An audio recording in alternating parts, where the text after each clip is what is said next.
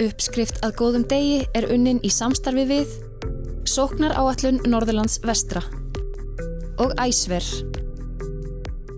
Annar góður dagur runnin upp á Norðurlandi vestra. Við erum stödd á Laugarbakka Guesthouse og kyrrðin allsráðandi.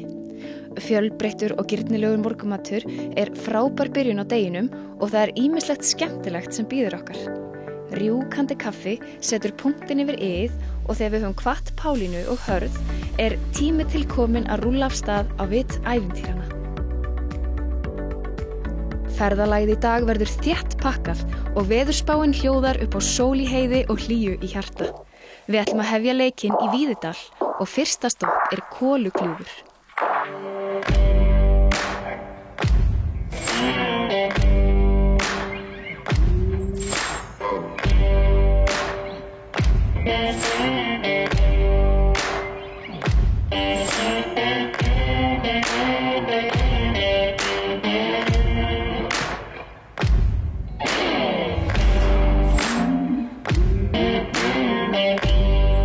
Tröllskessan Kola á að hafa grafið gljúfrið og búið í því. Þjóðsagan segir að hún hafi átt þar fjársjóð og gætt sér á laxi úr Víðidalsá sem rennur gljúfrið. Kola var reyndar hvergi sjáanleg enda sagt að hún sé heygð á túninu hérna rétt hjá með fjársjóði sínum.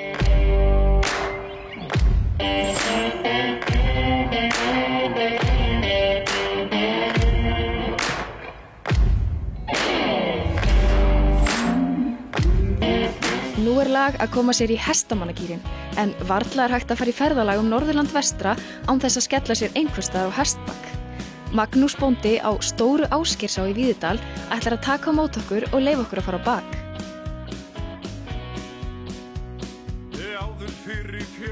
Við erum mætt hérna á Stóru Ásgeirsá og það mesta sem við erum að gera að fara á hestbak og fara í túr hérna í Víðidalinn.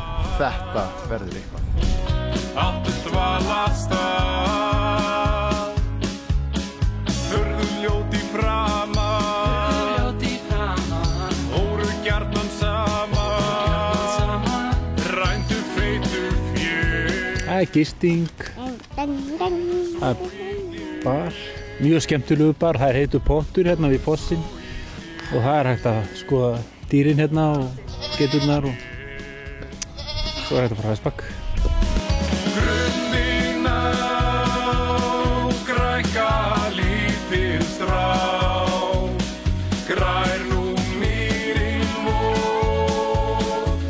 Við förum í heita pottina því, ef ég má koma með. Þú mátt sjálfsög koma með.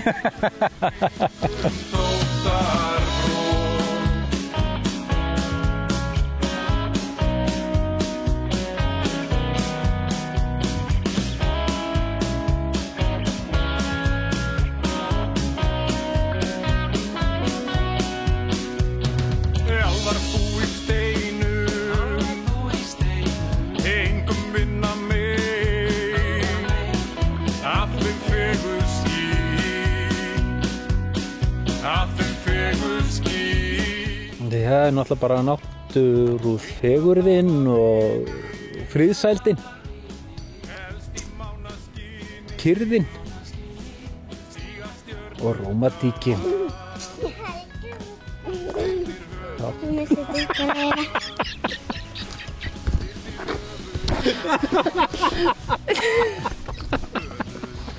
Mikið rómantík hérna? Já. Akkur sagði ég rómantíkin. Eitt af mikilvægasta á góðum degi að fá sér góðan mat. Einhverjir eru stirðir eftir hestaferðina en það gleymist nú fljótt yfir gómsætum hádegismat á Northwest Café í Víðigerði.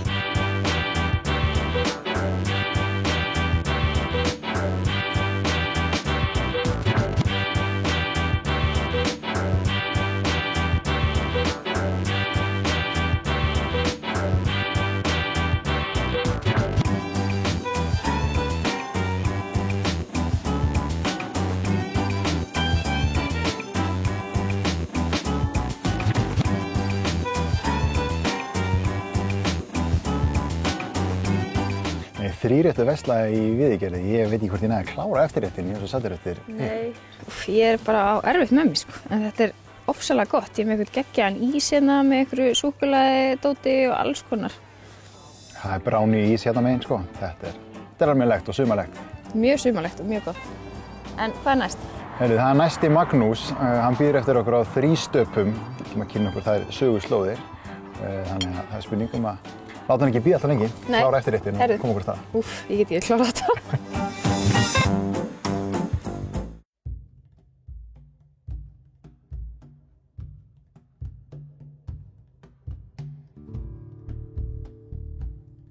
Stundum er sagt að það sé saga undir hverjum steini á Íslandi og eflaust er það rétt. Sumir staðir eru þó safaríkar en aðrir þegar kemur að sögulegum skilningi. Þrístapar er einn af þeim.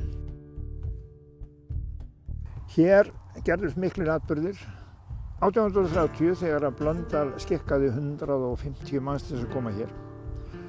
Til þess að horfa á og vera í miklu návígi við að horfa á þegar hann er taka 2 sakborninga af lífi, Agnesi og Friðrik. Og meira en það, hann skikkaði þá til að standa alveg ofan í þar sem að höfuð voru höggin af mönnum. Það hefði verið ógeðslegt. Það mátti á þeim tíma ekki grafa sakborninga í Víðrimold. Þannig að þau voru dysjuð hérna við hólana.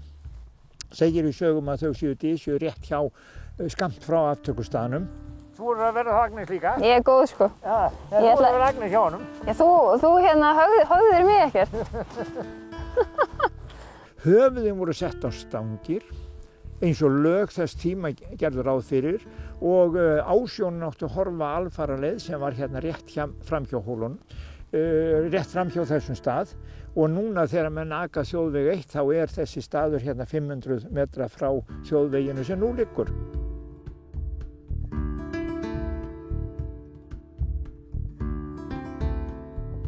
Sá sem kemur hérna á Þrístapa í dag getur séð hvar aftakan fór fram, hann getur séð hvar gröfin er.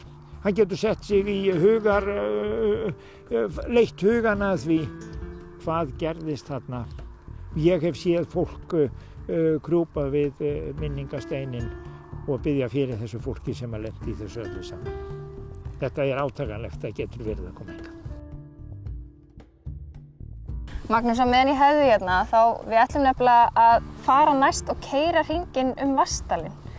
Viltu segja mér aðeins þá leið? Sko, Vatnsdalur er mjög falleg leið, skemmtileg. Þið byrjið að keyra hérna í gegnum Vatnsdalshólana, farið þá fram hjá Þórdísarlundi og Þórdísarholti, þar fæddist fyrsti húnvetningurinn. Þið sjáu mjög fallegt stöðuvatn í dalnum þegar þið komið þarna, heitir Flóðið. Ef þið haldið áfram þá farið þið fram hjá fæðingarstað Agnesar á Flögu, Kornsá þar sem að hún var uppalin að hluta til og líka þar sem hún var síðustu ár ævi sinnar. Hún var ekki í húsinu sem að þar er endurgert mjög flott hús sem var byggt 1880 og bak við það hús er húsið sem Agnes annars vegar ólst upp í, eða sem sagt þar var húsið sem Agnes ólst upp í og síðan þar sem að hún var gemd síðustu mánuðina fyrir aftöku, en það er búið að rífa það. Á milli þessara bæja, Flögu og Korsá, kemur það Kattarauga sem hún klætt endilega að líta á. Það er mjög skemmtilegu staður því að þar sérðu eyju í lítilli tjörn og þegar þú kemur þá sérðu hvort það hefur verið sunnanátt eða norðanátt því að það eyjan hún færist að landinu eftir því hvaða átt hefur verið á undanförnu. Hún flýtur sem sagt á tjörninni. Þetta er náttúruperla sem að er mjög mikið vert að skoða. Framar í dalnum er staðurinn þar sem að Gretti glímdi við Glám og svona má endalaust telja og svo hefur náttúrulega verið fullt af snillingu sem hafa búið í Vatnsdal allar götur síðan.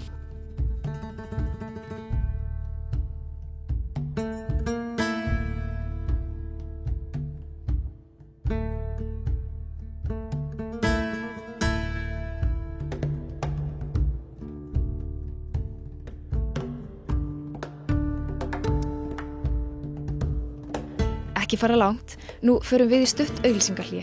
Í seinni hluta þáttarins fáum við að sjá Blönduós í nýju ljósi. Uppskrift að góðum degi er unnin í samstarfi við Sóknaráætlun Norðurlands vestra og Æsver. Rakel, ég verð að segja að Vatnsdalurinn hann kom mér verulega óvart.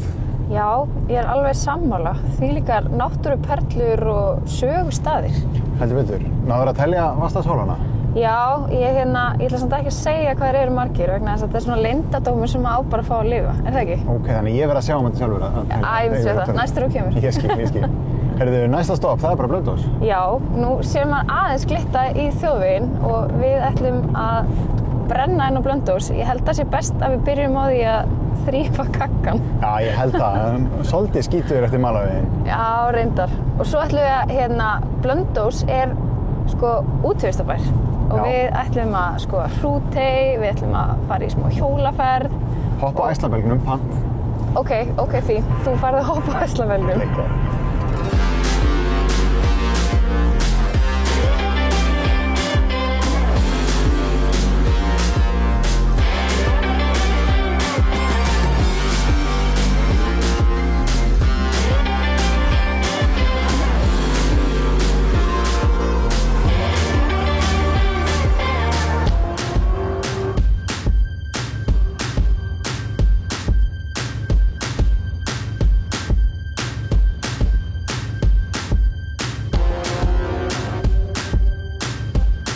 Nú er bíllinn orðinn tandurhreinn og mál til komið eftir íslenska sveitarúndin að bregða sér alla leið til Afríku, allavegana bragðlaukunum.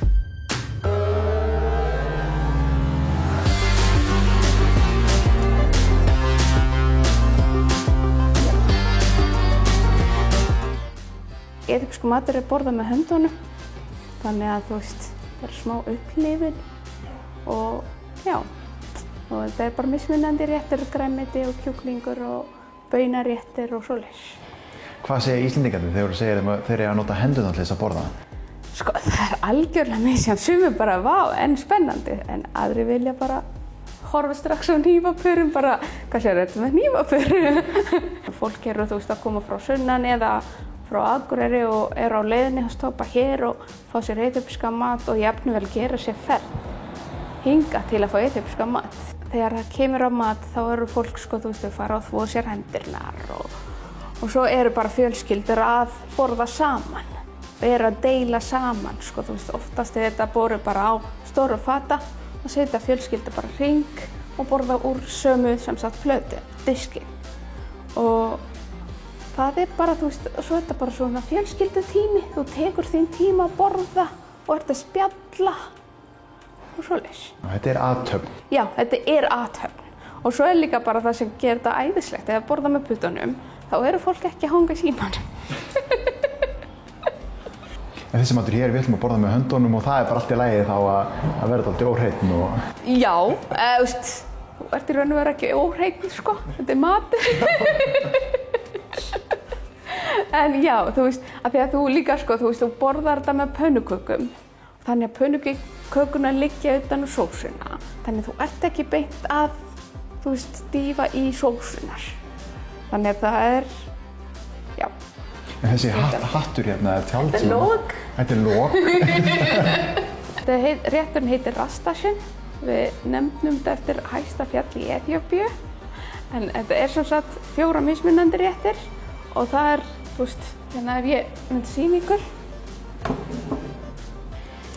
Þetta er svona og þá kemur hérna í miðjunni er kjúklingaréttur sem heitir Dorot og þetta er hægeldað sósu og það er kjúkling og svo harðsoðin egg að fylgir kjúklingnum og þetta er hátíðarétturinn. Í Eþíópíu er þetta borðað páskan og jólin og svoleiðis áramótin. Blönduós er frábær staður til útivistar. Við freistumst aðeins til þess að slást í hópinn með krakkaskaranum á Æslabelgnum en það er alveg greinilegt að hér er gaman að leika sér, alveg sama á hvaða aldri maður er.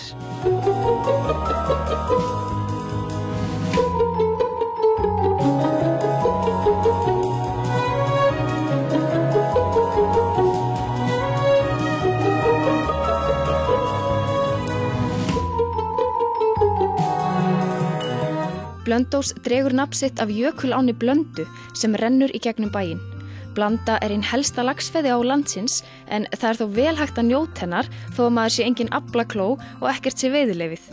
Umhverfið í kringum ána er töfrum líkast ef maður gefur sér tíma til þess að skoða sig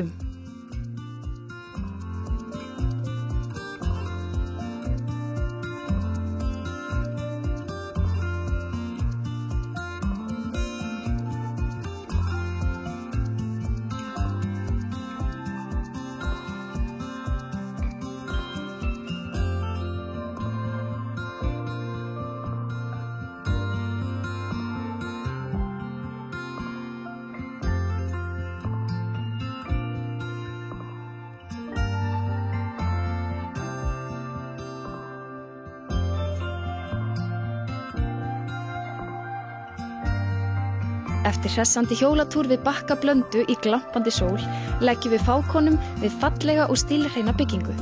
Hér er heimilis iðnaðarsafnið til húsa og það er eins og við höfum alltaf sagt að engin góður dagur líður hjá án þess að maður heimsækja minnstakosti eitt safn og læri eitthvað nýtt. Það er mjög sérstakt safn.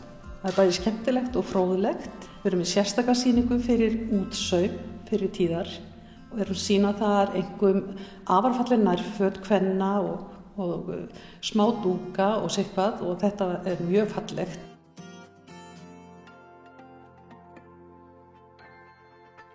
Við erum síðan með þjóðbúningastofu sem við köllum og þar erum við með úrval þjóðbúninga. Einhvern veginn er hann þannig að margir Íslendingar þekkja bara ekki búningana okkar og skapast oft miklar umræður búningana. Við erum síðan með hér niður í kjallara erum við með svolítið ullarsýningu. Ullarsýningin er þessleg að við leyfum fólki að finna mismunum á milli togs og tells og fólk hefur mjög mikla ánægju að finna þennan mismun, óskar þess að geta fengið bara þel, keypt þel og prjóna sér peysu úr þel. Börn hafa líka afskaplega gaman að vera í ullarsýningunni, þau fá að kempa og náttúrulega fullorðnir líka, en börnin fá að leika sér svolítið með ullina, kempa og jafnvel að spinna og halasnældu og svo framvegis. En til viðbótar að þá bjóðum við íslensku listafólki, textílistafólki að sýna hér í þessu opna rými þar sem við stöndum núna. Og hér er alltaf ný sýning á hverju einasta ári. Við opnum hana alltaf í byrjun júní eða alveg leið og safnið opnar á vori. Sýningin núna er mjög óvenjuleg og sérstök.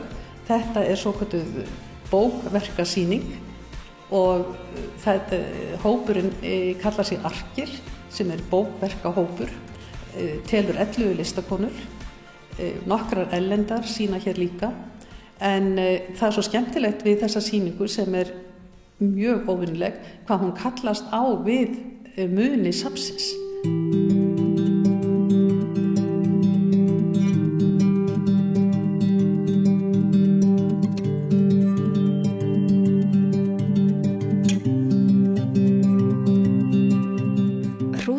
Stór eyja sem Blanda rennur sitt hvorum megin við.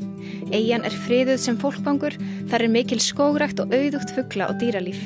Eyjan hefur aldrei verið byggð en hún hefur lengi verið nýtt til beitar. Hennar er meðal annars getið í Heiðarvíga sögu sem er talin vera ein af elstu Íslendingasögunum. Þá var farið til eyjarinnar á vaði en það þótti varasamt.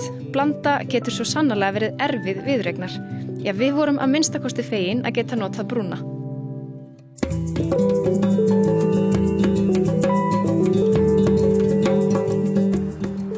Svo er ég að horfa á þetta í sjónvarpinu bara, hvað varð ég að gera? Það er það sem við myndum. Það er svoleiðis? Ok.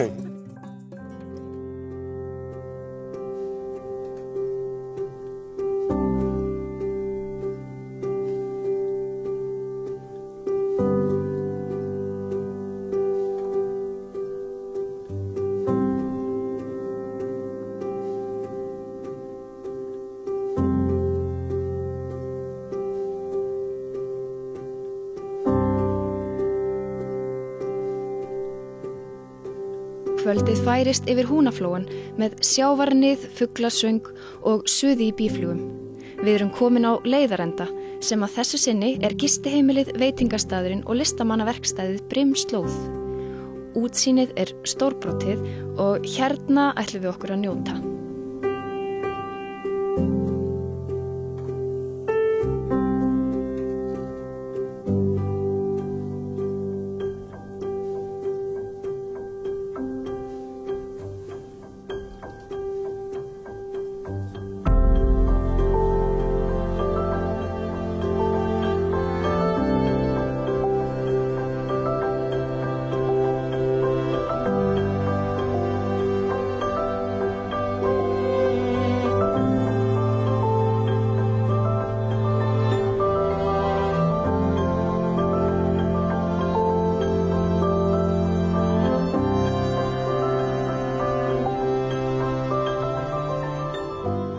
okkar gestir og það sem þeir eru með á disknum, að það kemur bara, þeir hafa það fyrir augum.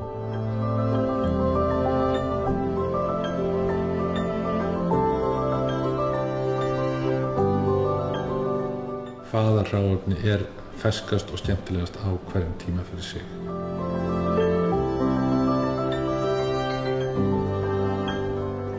Við erum ekki lærðir kokkar en ég hef starfað með og við hliðin á mörgum af snjöllustu kokkum landsins og þó við hafum leitað og en okkar sýn svona kannski aðeins öðruvísi heldur en hefðbundin svona kokkarsýn. Við leggjum upp á, við getum kallað að maturinn hafi tengingu og hann sé ekta og að sjálfsögðu þá skiptir framsetningin gríðarlegu máli, þú veist, og hvort sem við notum náttúruna eða hvað til að hjálpa okkur í því.